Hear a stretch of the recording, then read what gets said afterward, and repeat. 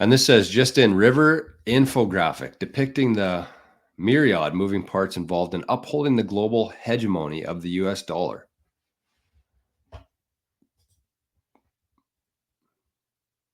Look at this fucking graphic. It's funny to hear people say, you know, I'm going to hold off on buying Bitcoin because I just don't really understand it.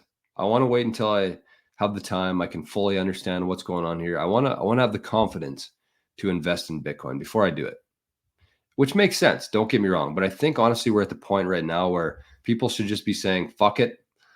You know, like I'm going to toss some money into this thing. I don't really know what's going to happen with it, but I can't afford to miss it.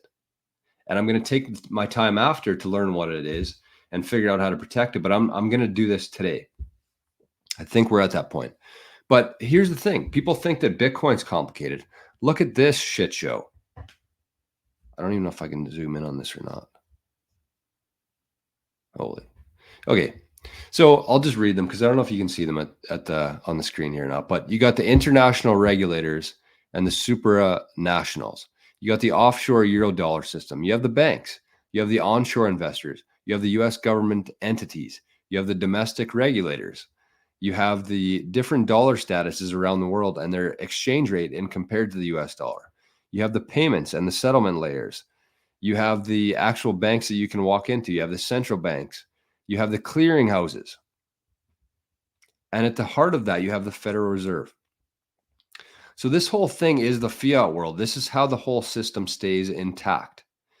And people don't understand the dollar. They just because they've used it their whole life, they think that they understand it. But if they looked at this and tried to understand anything on this, they'd be like, okay, maybe I should look at Bitcoin. Because what would Bitcoin's thing look like here? It would start. There's no central point with Bitcoin. It would just be a bunch of these, and they're just people though. They're just people. They're different nodes around the world. There's no offshore accounts. There's no onshore accounts. There's no domestic. There's no banks. There's just Bitcoin. And so that was the thing for me. And the next part I'm going to show here. Hold on. Stop sharing this. And then on the flip side of that, let's look at this.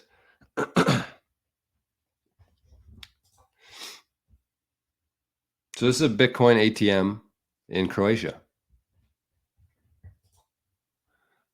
Okay. That's all you need. That's all you need. That in Bitcoin. That's it. Think about how simple this is.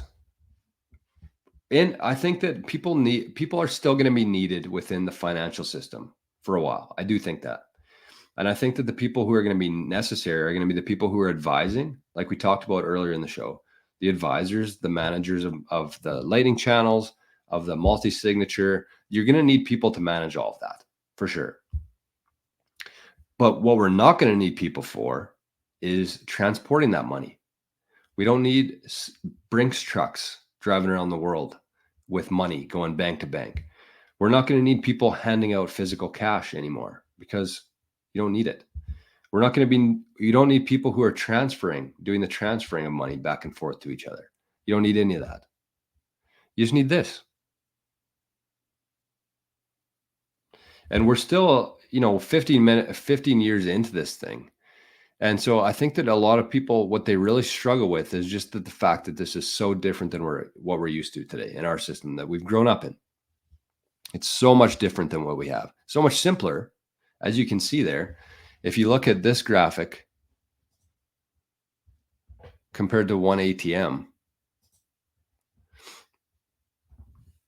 it's crazy. All these acronyms here, there's clearinghouses. I'm not going to get through them all, but it's just crazy to me that people think that the dollar is so simple and you have to have all of these entities, all of these organizations, all of these people involved to hold the whole thing up.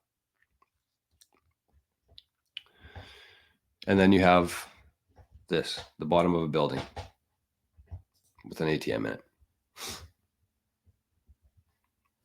So what do you think is going to win here? You have to keep that in mind because humans always go to the most free place, like with the most freedom and the most efficient places. So over time here, it's going to take a little while just because of how humans work, how they operate. But over time, that's where